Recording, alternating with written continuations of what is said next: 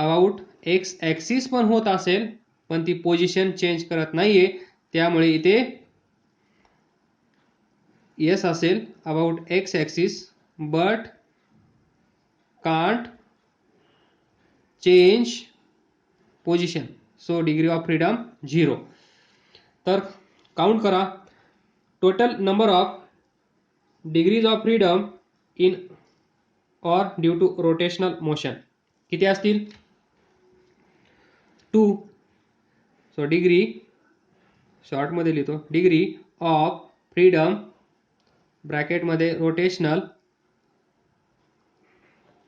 किती असतील? 2. 1 1 0 2. त्यानंतर थर्ड काय असेल?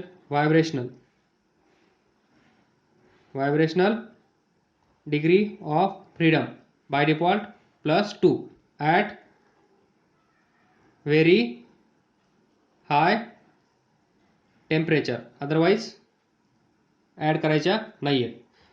हे झालं व्हायब्रेशन. तर पहा मग टोटल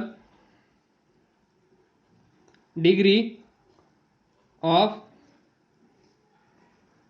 फ्रीडम किती झाल्या? 3. कशामुळे? ट्रान्सलेशनल, 2 रोटेशनल, आणि या व्हायब्रेशनच्या आपण ॲडच करायच्या नाहीये, त्यामुळे याच्या सोडून द्या. किती झाल्या total? 5. Total number of degree of freedom 5. आणि जिथे जिथे हाय टेम्परेचर तिथे या 2 ॲड करा, मग तुम्हाला भेटतील 7. प्रत्येक ठिकाणी, no doubt, no tension. Now we can find this number by formula. Degree of freedom is equal to 3n minus r, बरोबर. वेअर n इज ॲटॉमिसिटी ब्रॅकेटमध्ये लिहा, मॉलिक्युल्स आर रिस्ट्रिक्शन, तर लिहा degree of freedom DOF is equal to D किंवा F is equal to 3. n म्हणजे काय? Molecules. O2 diatomic, diatomic किती आहेत? 2. त्यालाच म्हणतो आपण ॲटॉमिसिटी 2. पाय O 1 हा 1 प्लस 2. डाय किंवा डाय म्हणल्यानंतर 2, मोनो म्हणल्यानंतर 1, सिंपल. Minus r restriction. तर पहा रिस्ट्रिक्शन याच्यामध्ये पहा कशा मोजणार तुम्ही रिस्ट्रिक्शन. हा एक O, हा एक O.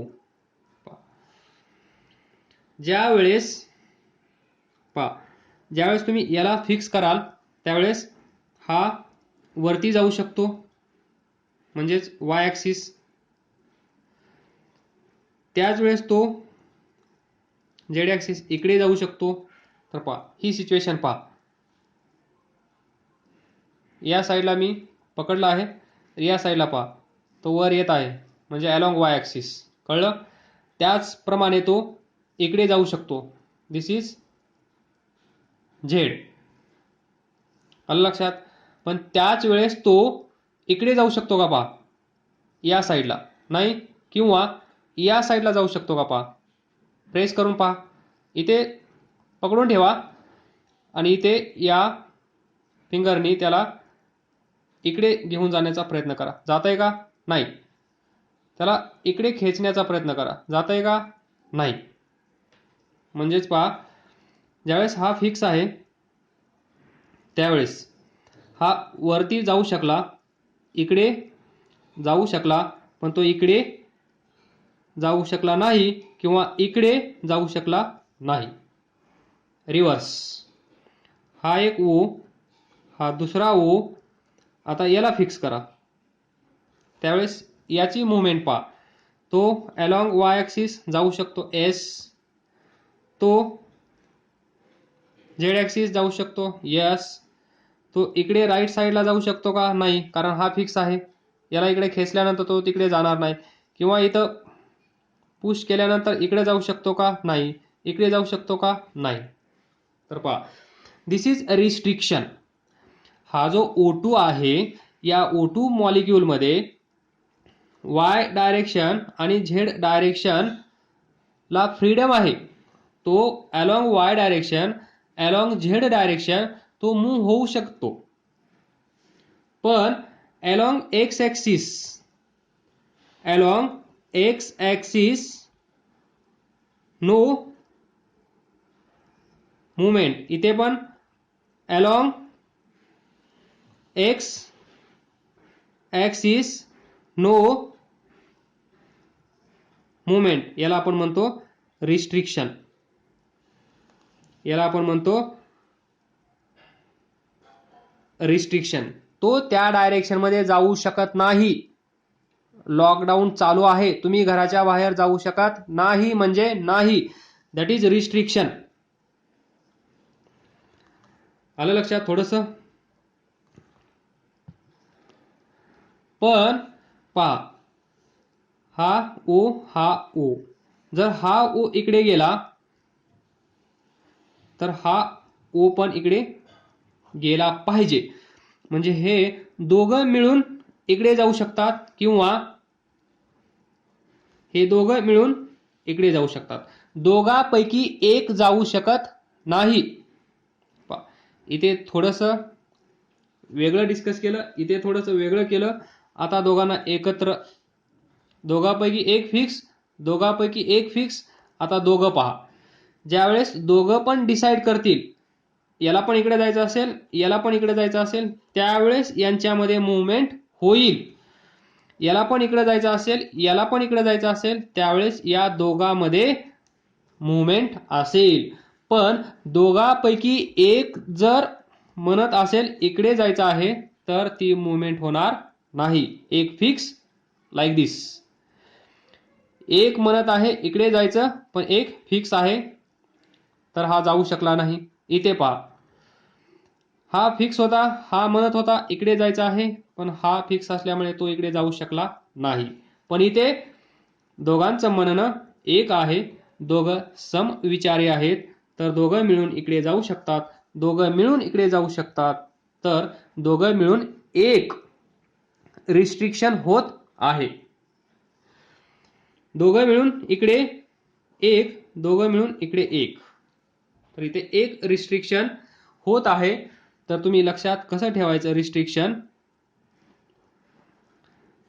हा पॉइंट आहे, हा पॉइंट आहे, एक या दोघांना या बॉन्ड, याला बॉन्ड म्हणतो ना केमिस्ट्रीमध्ये, हा बॉन्ड, या बॉन्डनी टाय केलं, बांधलं गेलं, म्हणजे एक रिस्ट्रिक्शन झाली.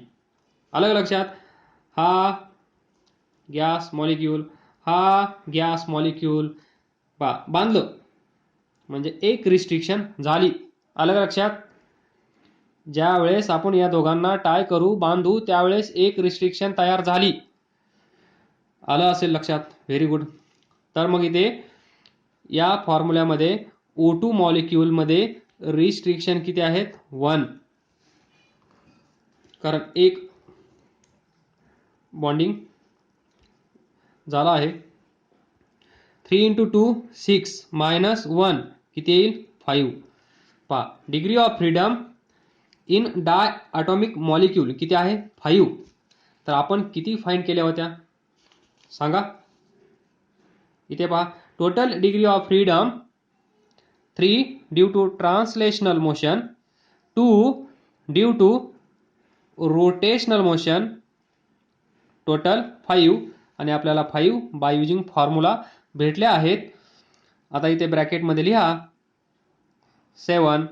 कशामुळे? 2 ॲड करायच्या, due to vibration. No problem, व्हायब्रेशनचं calculation करण्याची गरजच नाहीये तुम्हाला. कायनेटिक एनर्जी, पोटेन्शियल एनर्जी 1 1 1 खतम. 2 ॲड करा. आलं लक्षात? डाय ॲटॉमिक मॉलिक्यूलचं कॅल्क्युलेशन कसं करायचं? समरी पहा. Now we will calculate total energy associated. Total energy associated in diatomic molecule like O2, H2, N2. तर पहा, पहिलं काय केलं होतं आपण? पहिली degree of freedom due to translational motion, म्हणजेच एक्स वाय झेड. तर या डायरेक्शनमध्ये एनर्जी किती असेल? ड्यू टू ट्रान्सलेशनल, इथे लिहा ट्रान्सलेशनल किती असेल? Half mv(x²). इथे काय असेल? Half mv(z²). इथे काय असेल? Half mv(y²). Then second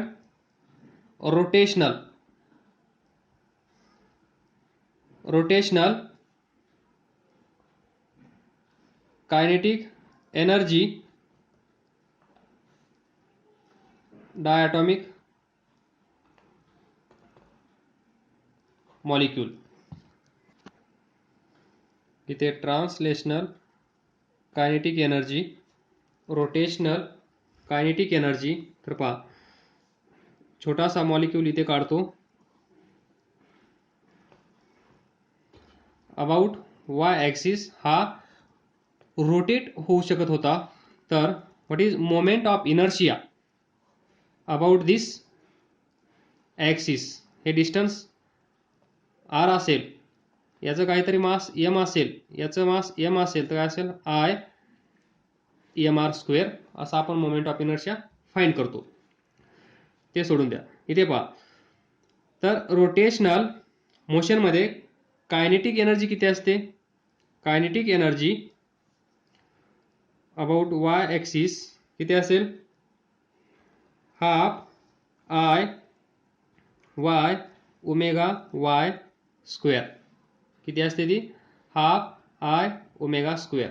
if I Y is moment of inertia about this axis I Y, and omega is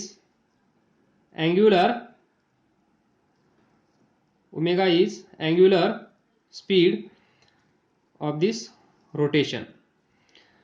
Then second, this molecule, this is z axis. About this axis, that is z axis, moment of inertia about z axis mr square, angular speed omega Z. तर rotational kinetic energy काय असेल? के Z half I Z omega Z square. and about this third, this x axis. तर या x axis about पहा, थोडंसं तुम्हाला visualise करण्याचा प्रयत्न करतो. दिस is x axis, this distance is r, so moment of inertia m r square. Here r is very small, so moment of inertia is neglected. And kinetic energy along x axis 0. पाठीमागे मी तुम्हाला दुसरं reason सांगितलं होतं.